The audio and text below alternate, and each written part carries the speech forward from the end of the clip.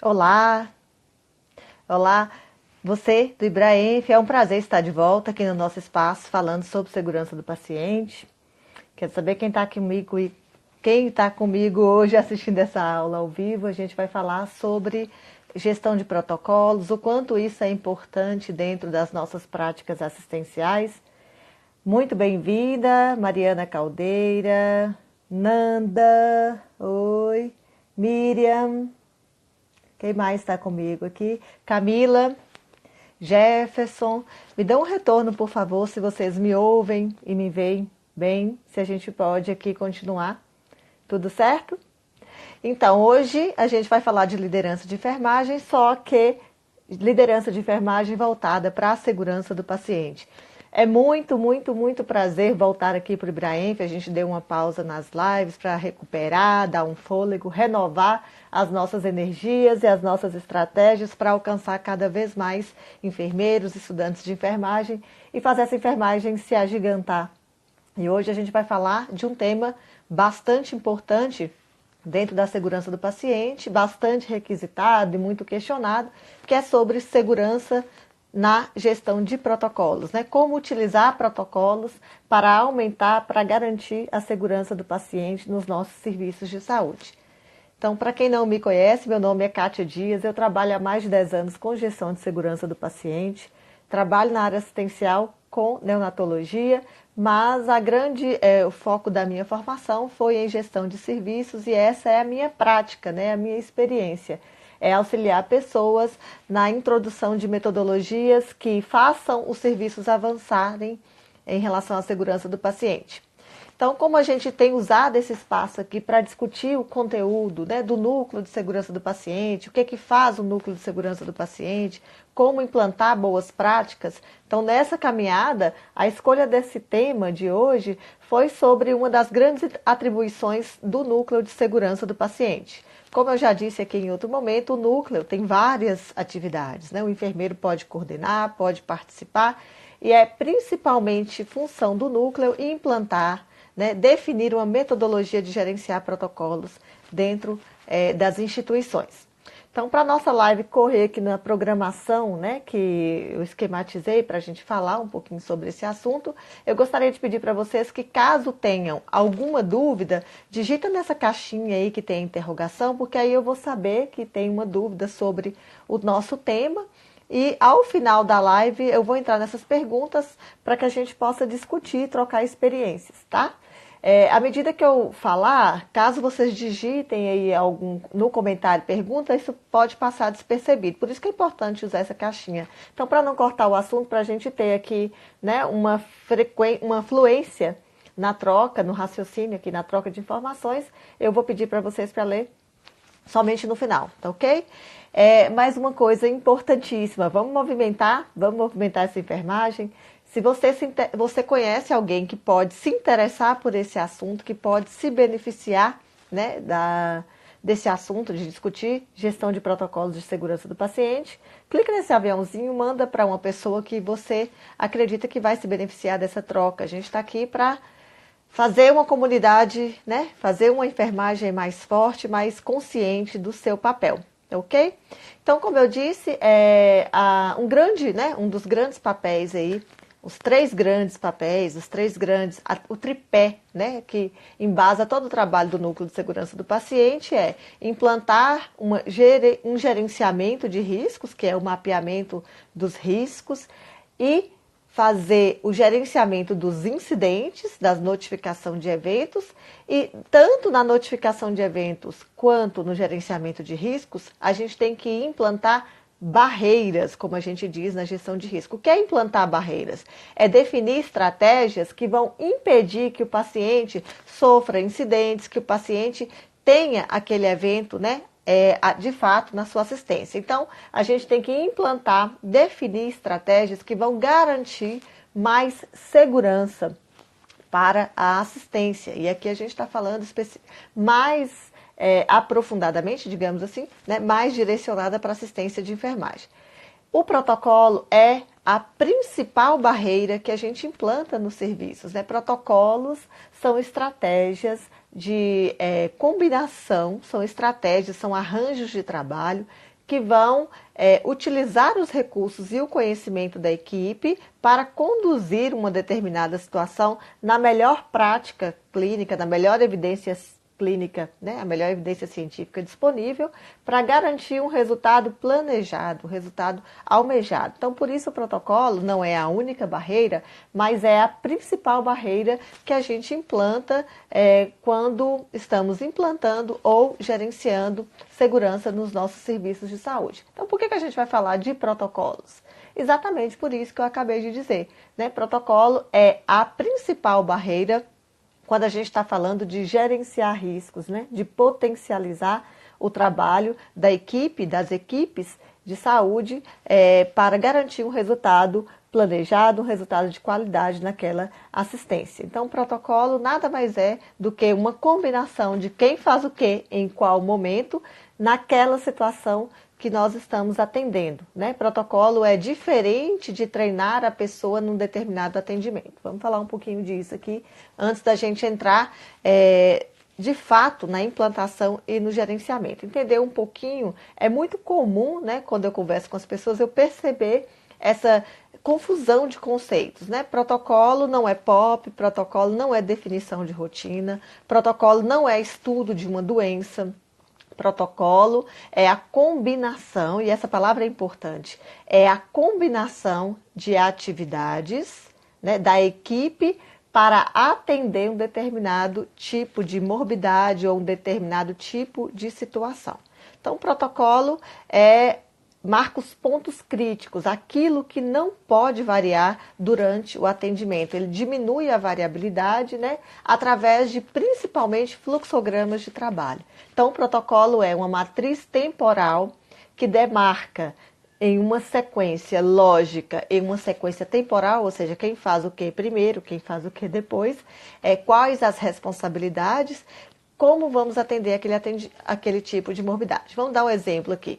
Quando um paciente chega com dor torácica no meu pronto atendimento, o protocolo de dor torácica preconiza que este paciente seja identificado e em até 10 minutos ele tenha um eletrocardiograma realizado já para ser avaliado pelo médico de plantão, pelo cardiologista de plantão. Da onde veio esses 10 minutos? É a melhor referência, né? É a referência que indica que, caso nós consigamos identificar essa dor torácica e realizar um eletro em 10 minutos para diagnosticar um infarto e fazer com que esse paciente chegue a ter a hemodinâmica em 90 minutos para a abertura da artéria, é padrão ouro para conseguir o melhor resultado que se pode ter, né, quando a gente está falando de atendimento do infarto. Então, o que é protocolo? Protocolo é a combinação de quem faz o que dentro da instituição para a gente garantir esse padrão ouro.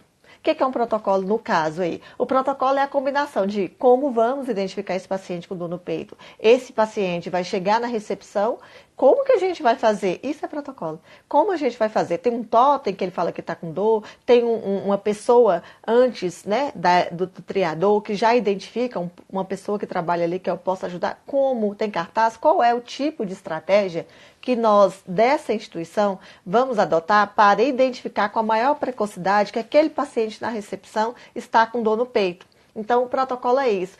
No protocolo, a gente não vai descrever ou não vai esmiuçar. Claro que a gente vai conceituar, né, para contextualizar e identificar o que a gente está falando, mas a gente não vai esmiuçar no protocolo o que é infarto, a fisiopatologia, o tratamento, né, a farmacodinâmica. Não é isso o protocolo. O protocolo vai descrever quais são as etapas e as responsabilidades. Provavelmente através de um fluxograma. Por exemplo, o paciente chega na recepção com dor torácica. Ele é orientado, né, pela primeira pessoa, pelo porteiro, inclusive, né, pelo porteiro ou pela recepção, a ser priorizado, né, na triagem, ou se o meu serviço já tem uma triagem que a primeira barreira, o primeiro contato já é o triador, isso vai ficar mais fácil. Então, se o paciente tem dor no peito, ele tem que ser encaminhado rapidamente, prioritariamente, para a realização do eletrocardiograma. Quem realiza o eletrocardiograma é o técnico escalado ou o enfermeiro escalado na sala tal, que encaminha para o cardiologista após, né, a leitura e identificado um supra de ST, identificado um infarto aí clássico, a indicação clássica para hemodinâmica. Quem é responsável por transportar esse paciente, em quantos minutos ele tem que chegar na hemodinâmica, isso é protocolo. É a combinação do jogo. É a descrição formal de quem faz o quê, em que tempo, com quais recursos e para atingir quais objetivos, né? Protocolo, de maneira muito simplificada, né? Conceituando aqui, é isso. Então, a gente vai falar de protocolo porque imaginem qual é a importância de uma combinação assertiva entre a equipe, né? De uma combinação que dá certo. Isso é muito importante. O que a gente pode ganhar, né? O que nós podemos potencializar os resultados é imenso o valor de protocolo. Então, só para diferenciar, o que são protocolos? Não é a descrição de uma técnica. Protocolo, muito comumente, são interdisciplinares. Por quê? Dificilmente nós vamos conseguir cuidar de uma situação de saúde sozinhos, né? Dificilmente, para não dizer impossível. Então, vamos aqui na diferença. POP, né? Descrição de rotina de sondagem vesical de demora, por si só, não vai prevenir uma infecção urinária. Para fazer uma prevenção de infecção urinária relacionada a dispositivo invasivo, o que a gente precisa? De um protocolo de prevenção de infecção urinária. Porque no protocolo eu vou apontar, eu vou combinar, nós vamos combinar quais são as indicações dessa sonda, né? Qual é a estratégia, qual é o material, qual é a técnica mais adequada, né, para inserção desse dispositivo, quais são os cuidados que nós precisaremos ter com a manutenção desse dispositivo, quais são as implicações de permanecer muito tempo com esse dispositivo. Então, veja que o protocolo de prevenção, ele trata muito mais do que a inserção do dispositivo, porque só o POP, só a descrição da técnica não é capaz, né, de fazer a articulação de tudo isso para prevenir a infecção urinária, né? Então, assim, precisa de uma estratégia mais robusta.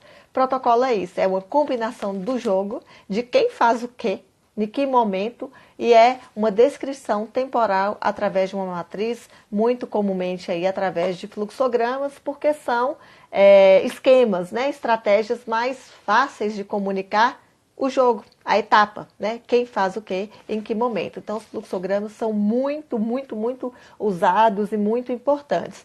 É obrigatório? Não, mas é uma boa prática, né? Então, às vezes a gente tem um protocolo escrito com várias páginas, né, descrevendo ali algumas características do tratamento, do diagnóstico, mas o que conta, o que vale, o que é muito importante aí de ser treinado é aquele esquema, é aquele fluxograma que vai definir a responsabilidade de todos e em qual momento. Vejam que em protocolo eu estou sempre falando de qual momento. Qual momento? Então, é muito importante no protocolo a definição de tempo, né? Em que tempo, em quanto tempo, em qual sequência serão realizadas essas etapas, né, daquele atendimento a uma determinada morbidade.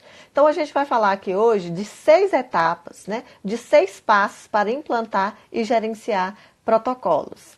Combinado? Então, vamos lá. O protocolo, ele pode ser implantado, né? Normalmente ele é implantado através de um setor que organiza a implantação, define a metodologia dentro da instituição.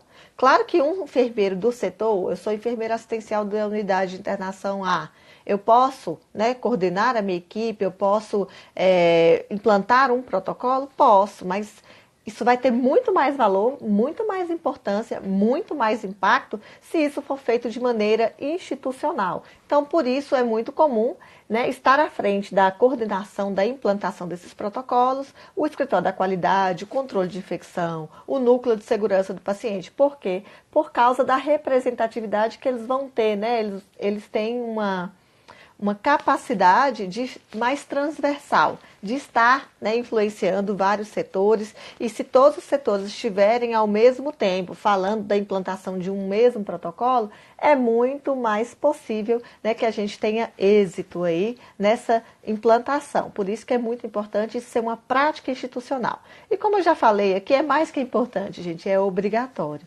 é mandatório, né, é uma lei, né, o Programa Nacional de Segurança do Paciente preconiza em suas atribuições, em suas responsabilidades, a implantação dos protocolos de segurança do paciente. Então, não é somente uma opção para melhorar a qualidade de segurança do paciente, é uma das responsabilidades.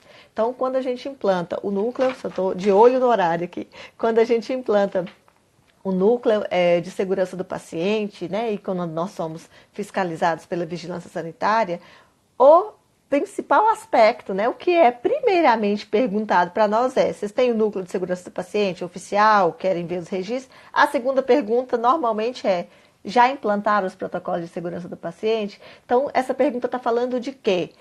Dentro do Programa Nacional existem 6 protocolos, que são os protocolos de segurança do paciente, que são as prioridades, né? Então, se a gente quer saber, preciso implantar protocolo no meu setor, por onde eu começo? A gente começa pelos protocolos de segurança do Programa Nacional de Segurança do Paciente, que são identificação segura do paciente, prescrição e uso de medicação segura, cirurgia segura, higiene das mãos, prevenção de quedas e prevenção de lesão de pele. Esses são os 6 protocolos prioritários. Devemos começar por eles, né? É esperado que um núcleo de segurança, que um gestor de uma unidade, que a coordenação de enfermagem, é esperado, né? É definido pela legislação, inclusive, que essas são as prioridades. E de onde nasceram essas prioridades, gente? Não foi por acaso. Então, esses protocolos foram definidos como prioritários com base no estudo dos principais eventos que acontecem nos serviços de saúde. Então, esses protocolos eles vieram como prioridades para acompanhar a nossa necessidade de melhorar o básico da segurança do paciente, né? O básico está baseado nas metas internacionais de segurança do paciente. Então, esse é um movimento mundial. Quando a gente fala desses 6 protocolos, nós estamos falando de um movimento mundial, né? A Organização Mundial da Saúde e todas as instituições, né, que caminham aí dentro da segurança do paciente reconhecem como uma prioridade porque são falhas, erros que acontecem e são muito prejudiciais, são mais frequentes e são altamente danosos aí para o nosso paciente. E se percebermos, né, claro, obviamente, a nossa enfermagem está envolvida em todos esses protocolos. Nós somos papel fundamental e alguns a gente é protagonista mesmo, né, da implantação e do acompanhamento e das práticas desse protocolo. Tudo bem, gente? Então, vamos lá, vamos falar aqui dos 6 passos. Digamos que eu gosto sempre de fazer essa ponderação, né, para que a gente se identifique aí com o fazer. Eu vou falar como enfermeiro de uma unidade assistencial, o que eu posso fazer na implantação de protocolo. E falar como coordenador de um núcleo de segurança, participante do núcleo de segurança, ou enfermeiro da gestão da qualidade, ou enfermeiro do escritório da qualidade, do controle de infecção. Então, desses 2 pontos de vista. Qual que é a diferença? A diferença normalmente é que o enfermeiro que está em cargo de coordenação, em cargo de escritório, de gestão da segurança, ele participa da definição da metodologia que vai ser implantada na instituição, né? Mas efetivamente quem executa o protocolo, quem acompanha a execução do protocolo nas unidades é o enfermeiro assistencial. Então eu que estou lá na unidade de internação, sou eu o maior interessado, né? Sou eu quem mais precisa entender daquele protocolo, porque eu preciso treinar a minha equipe. Mesmo que o treinamento seja feito, né, pela educação continuada, mesmo que o treinamento seja feito ali pela gestão da qualidade, gestão da segurança, quem acompanha aquela equipe no dia a dia sou eu.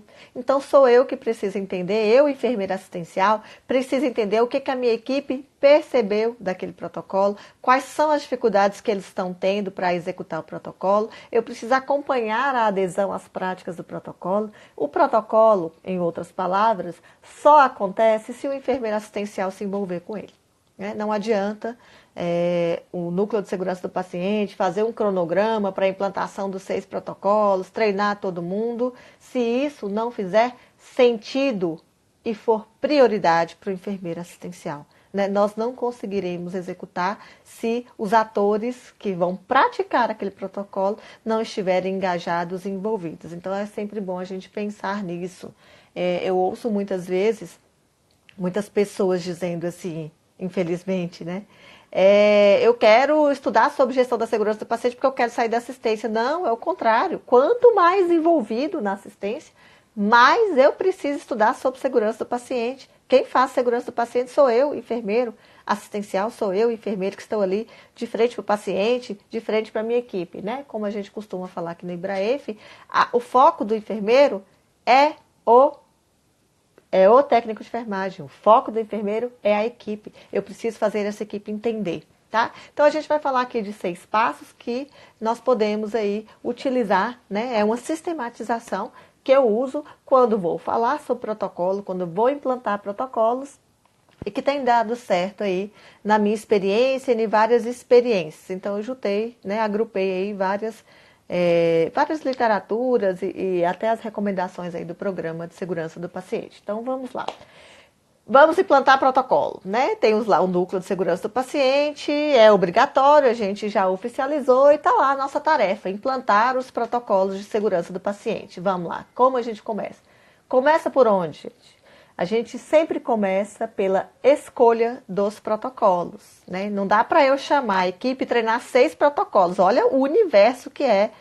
Pensa na complexidade que a gente precisa para implantar identificação segura do paciente, cirurgia segura do paciente, prevenção de quedas, prevenção de lesão de pele, higienização das mãos e uso seguro de medicamentos, prescrição e uso seguro de medicamentos. Isso é um universo, é um universo de práticas que vão ter que ser mexidas, que vão precisar ser rearranjadas. Então, a gente não chama e a gente vê isso acontecer e dá arrepios. A gente não chama a equipe e em um treinamento de 2 horas, fala dos 6 protocolos. Dá minimamente para a gente ler o nome e falar o que é, né? Do que se trata esses 6 protocolos. É impossível a gente chamar uma equipe no mesmo momento, treinar os 6 protocolos e todo mundo sair dali praticando. Então, a primeira coisa que a gente tem que fazer é uma programação, é um cronograma de implantação. Então, quem vai, em que tempo, né, em que período a gente vai gastar ali alguns meses, eu estou falando meses, para implantar um protocolo, não é fácil, a gente vai ver aqui nos passos, gente, não é num passe de mágica, né? Então, a gente vai fazer primeiro uma escolha. Como eu estou partindo do pressuposto aqui que nós vamos começar a implantar protocolos, as escolhas já estão feitas. São 6 protocolos do Núcleo de Segurança, do Programa Nacional de Segurança do Paciente. Normalmente, prioritariamente, identificação segura do paciente é o que pede, exige que ele seja o primeiro, porque ele é de alta importância, ele impacta nos demais protocolos e as consequências, os eventos que acontecem em decorrência de troca de medicação, troca de cirurgia, troca de exames, são eventos graves, né? Então, é um protocolo que ele é prioritário. A gente começaria por ele. É proibido começar por outro? Não. A recomendação, as melhores práticas, né? Recomendam aí que a gente comece pela identificação segura. Mas digamos que na minha instituição eu já tenho esses 6 protocolos implantados. Já estão treinados, a gente já pratica. Estamos avançando nessas práticas aí. Eu escolho quais protocolos? Aí a gente tem uma máxima dentro da qualidade que é prevalência, gravidade e custo, né? Então eu trabalho na UTI. Que protocolo eu preciso implantar na UTI? Eu preciso implantar, além dos protocolos de segurança do paciente, eu preciso implantar protocolos daquelas situações que são mais prevalentes ou das situações que não são as prevalentes, mas que quando acontece é muito grave. São doenças, são situações de saúde com muita gravidade, né? Então, digamos que eu tenho ali um CTI, trabalho num CTI geral, de paciente, sei lá, paciente neurológico. Então, não acontece todo dia um aneurisma, né? Vamos supor, não acontece todo dia. Mas quando acontece, é um quadro gravíssimo. A minha equipe não está tão capacitada, tão treinada para lidar com isso e não, nem sempre a gente tem os melhores resultados. Então, é um protocolo que precisa ser escolhido pela gravidade, né, que representa aquele paciente. Então, eu escolho ou por prevalência, ou por gravidade, ou por custo. O que é isso? São situações em que são situações que envolvem a utilização de recursos de alto custo, né? Então, às vezes eu tenho um paciente que usa determinado tipo de prótese, que é um recurso restrito, um recurso bastante caro, não acontece todo dia e a gente não tem bons resultados. Então a equipe precisa ser treinada, precisa combinar o jogo de como lidar com aquela situação para garantir que a gente tenha o resultado planejado. Então a gente escolhe dessa maneira. Trabalho na UTI, que protocolos eu preciso implantar? O protocolo que vai me garantir mais resultado, que normalmente é o da prevalência. Então se eu trabalho em um CTI neurológico, e a maior parte dos pacientes que eu recebo são pacientes com TCE, não precisa listar todas as doenças que a gente atende lá.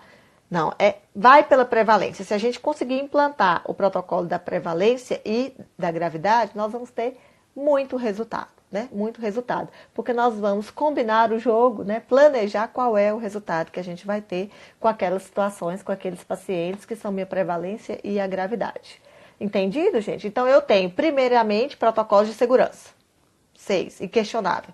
Tem outros protocolos de segurança também que podem ser implantados, mas prioritários são esses. E eu posso, ou paralelamente, de acordo com a minha capacidade institucional, o quanto amadurecida aquela instituição está, eu posso, paralelamente ou posteriormente, implantar protocolos clínicos, que são esses que eu disse, né? Que são para situações, para morbidades. Então, paciente, protocolo de condução e manejo do trauma crânioencefálico. Então, é um protocolo clínico, ele tem uma meta terapêutica, ele tem uma definição de um resultado terapêutico. A gente quer melhorar a permanência, a gente quer melhorar os resultados no atendimento do paciente com TCE.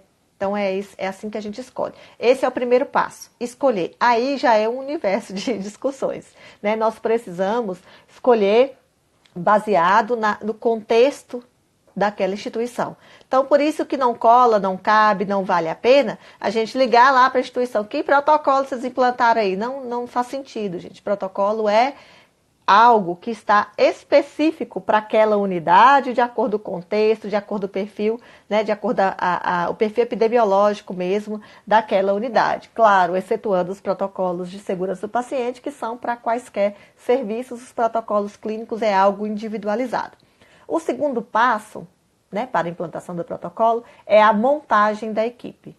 Não existe, não é possível, não pensemos nisso, não existe implantar protocolo com um profissional. Eu sou a pessoa que implanta protocolo nessa instituição, isso não existe, gente. Você pode, você pode até conseguir um papel escrito protocolo, as condutas, né? Mas não existe a gente implantar protocolo. Isso se faz a várias mãos. Então, o que é montar uma equipe? Eu posso ser a pessoa que coordena esse processo. Como eu disse, eu posso participar. Como é na minha experiência, eu posso ser de escritório da qualidade e coordenar a implantação de protocolo. Não significa que eu vou implantar sozinha, eu vou coordenar o planejamento da implantação. Então, o que é montar a equipe? A equipe precisa ser representativa. Então, eu tenho que ter profissionais da área técnica envolvida, da unidade envolvida. E eu não posso esquecer, né, dos profissionais, gente, dos setores de apoio, dos setores administrativos, se por acaso o protocolo for alterar, né, as condições de trabalho para que ele seja implantado. Vamos dar o exemplo aí, o exemplo que eu já dei do protocolo de dor torácica, tá? No protocolo de dor torácica, a gente precisa de um eletro em 10 minutos, a gente precisa de exames laboratoriais, né, de preferência aqueles exames laboratoriais que a gente faz à beira-leito. Então, a gente precisa identificar precocemente quem está com dor no peito. Daí eu já falei muitas pessoas importantes. Então, para implantar um protocolo de dor torácica, quem eu vou precisar? Eu preciso de um membro da recepção, né? Que seja a supervisão ou que seja o recepcionista, para ele construir isso conosco. Eu preciso da recepção ou do porteiro. Eu preciso de um membro do laboratório. Eu preciso de um membro da engenharia clínica para a gente discutir sobre, né, a disponibilidade de eletrocardiograma com esta presteza que eu preciso. Eu preciso de setores de apoio, eu preciso da educação continuada participando, eu preciso do enfermeiro do pronto atendimento, da coordenação. Então veja que montar a equipe do protocolo é chamar, não um grupo inteiro de uma especialidade ou de um setor, é chamar pessoas que possam representar as várias áreas que estarão envolvidas ali. E é muito, muito importante que nós nunca nos esqueçamos dos setores de apoio e setores administrativos que por acaso possa se envolver. Então, vou implantar um protocolo de identificação segura do paciente, vou ter que comprar uma pulseira, né? O melhor prático, a definição nossa é comprar uma pulseira diferente, de um material diferente, uma pulseira que já vem impressa. Eu preciso do setor de compras para negociar, para discutir essa importância, né? Então, ele é que vai me dizer, o representante dos suprimentos é que vai poder nos dizer se é possível, em que tempo, com que material, né, como é que a gente vai fazer essa reposição. Então, entendam que protocolo não é só discutir as práticas assistenciais. As práticas, as melhores práticas, já estão na evidência científica, né? A gente lê, está lá, tudo publicado, o que é para fazer. O que a gente precisa, na implantação do protocolo, é discutir como a gente pega essa evidência científica e coloca em prática nesta instituição, com os cargos que a gente tem, com as pessoas que a gente tem, com os recursos que a gente tem, ou se vão ser necessários, ou se vai ser necessária a introdução de outros recursos. Então, isso é protocolo. Por isso, a equipe tem que ser representativa. Claro que essa equipe toda não precisa se reunir em todos os momentos do protocolo, né? Mas é de comum, é uma boa, né? É um bom jeito de envolver as pessoas, ter um primeiro encontro. Olha, gente, vamos implantar o protocolo de identificação segura. Sabe o que é? Quem está nesse encontro? Todo mundo. Sabe o que é? O protocolo é isso, é preconizado pelo programa, a gente vai ganhar isso, a gente precisa disso. Então, a participação de vocês vai ser importante, porque nós vamos precisar disso e disso. Discutir tudo isso. Faz um planejamento, já discute, negocia em que momento cada um pode e deve participar. E a pessoa que está coordenando esse processo, que muito comumente é o enfermeiro, né? De escritório da qualidade, de gestão da segurança, normalmente é esse enfermeiro, ele pode já, num primeiro momento, articular esse planejamento e depois as pessoas vão participando em cada momento devido até a gente ter uma construção final aí que vai ser validada, consensada com todo mundo. Então, isso é muito, muito importante. Implantar protocolo não é treinar somente, é treinar e articular a estrutura para acolher essa prática nova que vai acontecer. As coisas não acontecem num passo de mágica, a gente precisa providenciar mesmo essas condições. Então, primeiro passo eu escolho o protocolo, segundo eu monto a equipe, terceiro passo é o protocolo em si, é o consenso, é o formato. É a construção do fluxograma, tá? Então, às vezes as pessoas acham que essa é a parte mais difícil, e essa não é a parte mais difícil. A parte mais difícil é realmente criar a estrutura institucional para acolher as novas práticas. Então, o que é o terceiro passo? É especificar numa matriz temporal, num fluxograma, numa tabela, em texto, né? Mas de preferência em fluxogramas, quais são as etapas, quem faz o quê? O paciente chega na recepção, o porteiro aborda, ele é encaminhado para a triagem, né? A triagem realiza o eletrocardiograma, o eletrocardiograma é avaliado pelo cardiologista, o paciente. Então, é a construção desse fluxograma que a gente chama do consenso, porque existem várias práticas sugeridas, existem outras maneiras de conduzir o paciente com dor no peito, né? Quais os exames, quais as indicações de exame, mas o que a gente precisa ali é consensar nessa instituição qual é a prática que nós vamos adotar. Isso é o terceiro passo. O quarto passo, aí é que são elas, né? O quarto passo nós temos um consenso. Agora vamos adequar a estrutura para a implantação do protocolo. Então, vamos pensar aqui. Adianta, né? Digamos que a gente vai implantar o protocolo de identificação segura. Adianta chamar a equipe de enfermagem e falar, olha, a identificação segura precisa ter o nome completo do paciente numa pulseira ou, né, em uma estratégia de identificação. O protocolo do Ministério da Saúde preconiza que a gente utilize a identificação através de 2 identificadores no mínimo. É o nome completo mais ou a data de nascimento, ou o registro do paciente, né, o número de registro do paciente, no mínimo 2.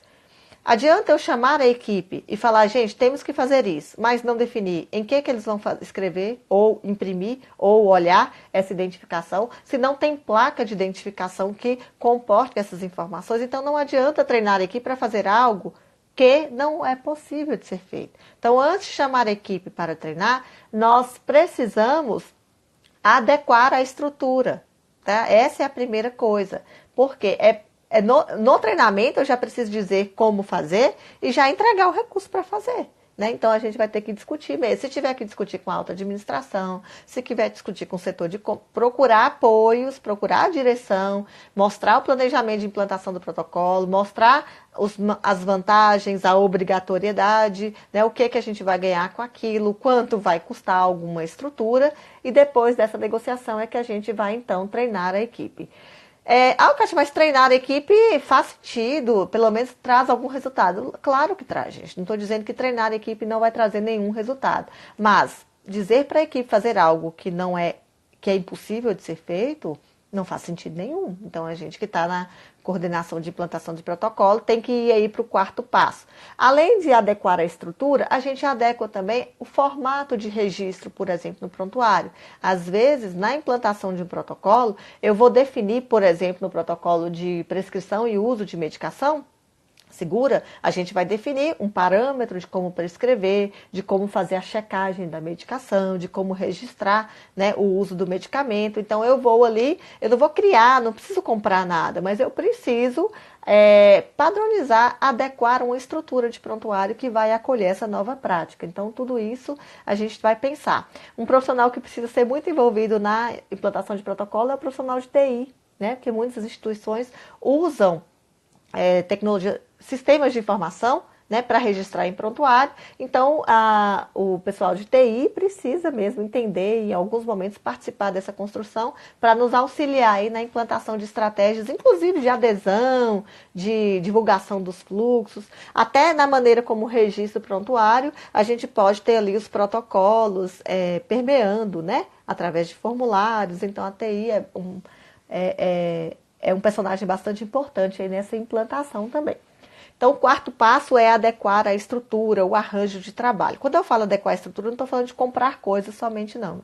Estou falando disso, não. Pode ser que seja necessário alguma aquisição de recurso, mas a maioria das vezes não é. A maioria das vezes, né, e principalmente nesses protocolos que eu estou dizendo aqui, a gente precisa de estruturar, adequar a estrutura do processo. Precisa mexer na maneira como nós fazemos, né? Precisa mexer, precisa alterar, precisa redesenhar o processo, tá? Então, a gente vai combinar maneiras diferentes de fazer. Então, nessa equipe de implantação, a gente discute o método e quando vai treinar a equipe no protocolo, a gente já treina no método que foi definido por essa equipe multiprofissional. Então, essa é a ideia na implantação. Esse é o 5º passo, é treinar. Então, eu escolhi o protocolo, montei uma equipe, defini o consenso, o fluxograma, definimos a estrutura necessária para se praticar, agora eu treino a equipe. Eu treino a equipe no que é o protocolo, então a gente vai aí treinar com todo aquele engajamento, treinar o propósito, fazer a equipe se incomodar com a situação. Michael Bia, né, que fala da gestão da mudança, fazer a equipe se incomodar com a situação atual. Então, mostrar para a equipe, nós estamos inseguros. Né? Nós temos situações em que que resultou em eventos por falta desse protocolo.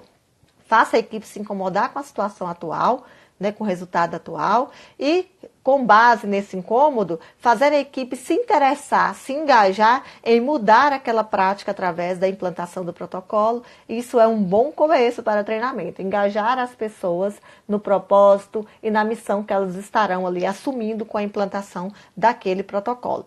Então, depois desse treinamento, o treinamento pode ser de várias maneiras, gente. Quais as melhores práticas? treinar com simulação, né? Em saúde, hoje a gente tem falado isso cada vez mais. Vou fazer um protocolo de cirurgia segura. Então, assim, simular como vai ser, fazer o treinamento no ambiente que vai acontecer o protocolo. Isso é muito bacana. Então, fazer protocolos, treinar protocolos de maneira multiprofissional é o ideal e com simulações é o ideal. Se não for possível, a gente treina pelo menos no método tradicional, né, com exposição em aulas, com exposição de banner, de cartazes, treinamentos online, treinamentos que a gente manda o fluxo, que divulga o fluxo por correspondência, todos os tipos possíveis de treinamento para que seja o mais massivamente divulgado o conteúdo daquele protocolo. E aí vem a sexta etapa. Quando a gente fala de gerenciar protocolo, a gente acompanha os resultados, tá? Então, essa é a diferença de implantar e gerenciar protocolo. Implantar, eu vou até a etapa de treinamento. Gerenciar, eu acompanho os indicadores e os resultados do protocolo. O Programa Nacional de Segurança do Paciente, já desses protocolos que eu já citei aqui, esses 6, já tem protocolos prontos. Já estão lá todas as práticas, está tudo pronto para a instituição usar. O que a gente precisa fazer? Montar uma equipe para discutir, adequar a estrutura. Lá já tem, inclusive, os indicadores que estão propostos para aqueles protocolos, né? Então, na nossa próxima live, eu vou falar um pouquinho sobre indicadores assistenciais, né? Como a gente faz aí a análise, o que fazer com esses indicadores. A maior parte dos indicadores assistenciais a gente adquire através dos protocolos, certo? Então, esses são os 6 passos aí na implantação. É claro que o objetivo aqui é que façamos uma discussão muito breve, né? Então, eu falei de maneira breve, 6 passos para implantação, de maneira que eu possa me reconhecer enquanto enfermeira assistencial ou enfermeiro coordenador, enfermeiro à frente de setores de staff, como controle de infecção, escritório da qualidade, gestão da segurança. Então, se eu sou enfermeira assistencial, eu posso participar da escolha do protocolo como, gente? Eu posso participar entendendo do perfil epidemiológico, sou eu que vou dizer ali quais são as situações de maior gravidade, o que a minha equipe tem mais dificuldade, né? Sou eu que vou trazer as informações das experiências da minha equipe. Então, eu, enfermeira assistencial, preciso fazer parte da equipe de montagem e estruturação do protocolo. Então, eu vou fazer parte dos consensos. Na hora de adequar a estrutura, de definir uma metodologia de como vamos praticar, eu sou peça fundamental. Eu, enfermeira assistencial, é que sei o que a minha equipe vive, quais são as dificuldades que eles vão ter. Então, eu sou um personagem ali, eu sou muito importante naquela construção. Treinar a equipe nem se fala, né? Como eu disse, eu posso até participar do treinamento como participante, mas na hora do vamos ver, na hora de executar o protocolo, sou eu que acompanho, sou eu que vou retreinar, eu que vou perceber qual foi o colaborador da equipe que não entendeu ou que teve muita dificuldade de praticar. Tenho que criar canais de comunicação para ouvir esse colaborador, entender como eu posso ajudá-lo a praticar, né? Aquilo que está combinado no protocolo. E o acompanhamento a gente faz através da auditoria, o acompanhamento dos resultados, a gente faz através da auditoria clínica, né, através de auditorias clínicas e auditorias de inspeção mesmo, verificando, né, presencialmente a prática ali, se está acontecendo conforme o protocolo. A gente vai falar mais um pouquinho disso, sobre como acompanhar e gerenciar esses indicadores, certo? Então, era isso assim que eu queria compor aqui para vocês sobre implantação de protocolo. Deixa eu ver aqui, ver o horário, que eu me perco aqui no tempo e o Instagram, ele fecha, né, daqui a pouquinho.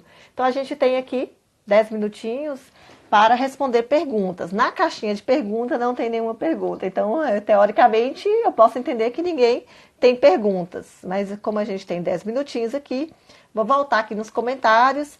Por acaso, se tiver alguma pergunta aqui que eu não perceber, rolando os comentários, por favor, né, peço que vocês refaçam aí a pergunta.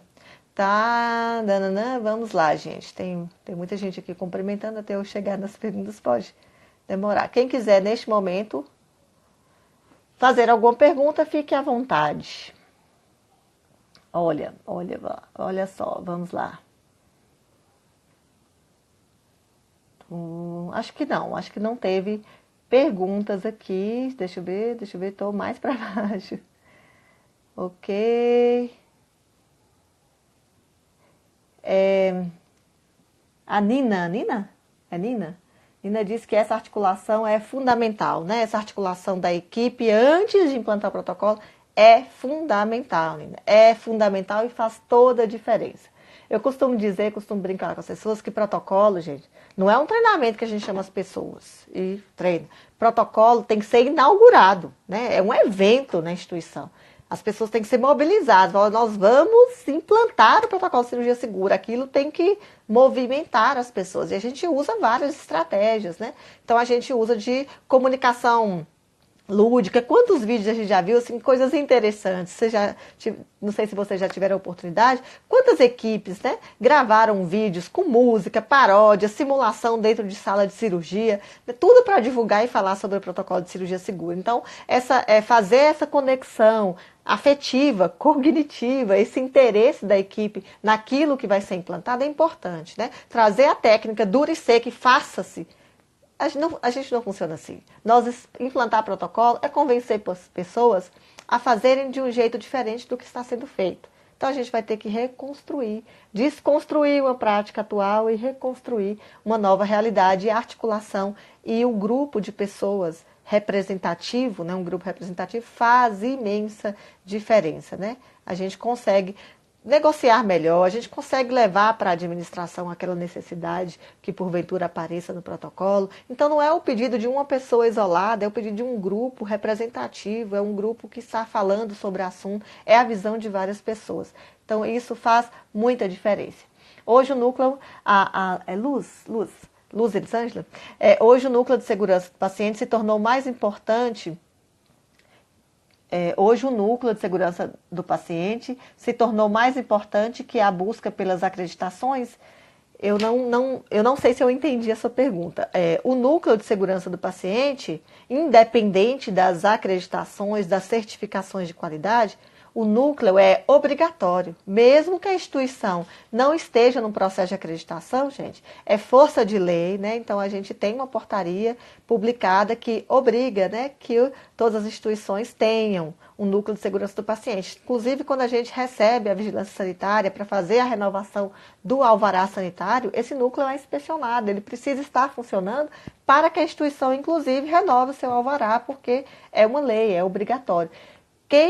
A instituição que trabalha com certificação, com acreditação, também vai trabalhar a segurança do paciente, né? Nas acreditações não tem esse nome de núcleo, né? Existem, dependendo da modalidade de acreditação, tem nomes diferentes, mas é claro, é um dos eixos da avaliação de toda a certificação em saúde, é como a segurança do paciente está implantada e gerenciada. Isso é inequívoco. Todas as acreditações, todas as certificações vão trabalhar, vão querer saber. A gente tem, né, qualquer uma. A gente tem aí isso como um eixo principal, tá? Então, eu não sei se era isso que você perguntou, Luz, qualquer coisa pode repetir, por favor, a pergunta. Mas ele não é que ele seja mais importante, não é somente mais importante. Ele é muito importante, ele é, né, que sai mais importante e ele é obrigatório, ok? É isso então, pessoal. Muito, muito obrigada. Parabéns para vocês que estão aqui tirando um tempo para saber mais, para aprender mais sobre segurança do paciente. Isso é muito importante, né? A Simone está perguntando aqui, para quem não tem experiência, como me embasar teoricamente para implantar esses protocolos no setor? Mesmo para quem não tem experiência, o protocolo, esses 6 protocolos do Ministério da Saúde, gente, estão divulgados na plataforma. Então, lá no site do Ministério da Saúde tem um espaço específico somente para a segurança do paciente. Todos esses protocolos estão prontos, né? Eles estão lá, estão prontos para a gente ler. Lendo o protocolo, a gente vai pensar quem são as pessoas que podem participar, a gente começa a articular. Então, se eu sou um enfermeiro lá do núcleo de segurança, lá da unidade de internação, meu hospital ainda não tem núcleo de segurança do paciente, eu quero implantar identificação, estou vendo que esse problema está gritante, né? Então eu vou procurar pessoas que podem me auxiliar nisso. Quem é? Minha coordenação, minha liderança, né? Pessoas de áreas mais relevantes, que eu digo transversal. Vou procurar a minha liderança, apresentar essa proposta, pedir essa articulação. Se eu não consigo nada, eu posso começar fazendo isso dentro do meu setor, né? Então eu vou chamar a minha equipe, chamar pessoas da minha equipe, chamar pessoas de outras equipes, vamos articular, vamos conversar, vamos ler o fluxograma, vamos ver quais dificuldades a gente teria, o que teria que propor. Então a gente pode fazer isso sim, né, no nível ali setorial, claro que é com mais dificuldade, né? Porque quando isso é institucional, a gente vai ter mais abertura. Mas eu posso, né? A gente pode começar, por exemplo, a treinar a equipe na administração segura de medicamentos, na prevenção de queda de lesão, então nada nos impede. Como se embasar teoricamente? Os protocolos de segurança estão prontos.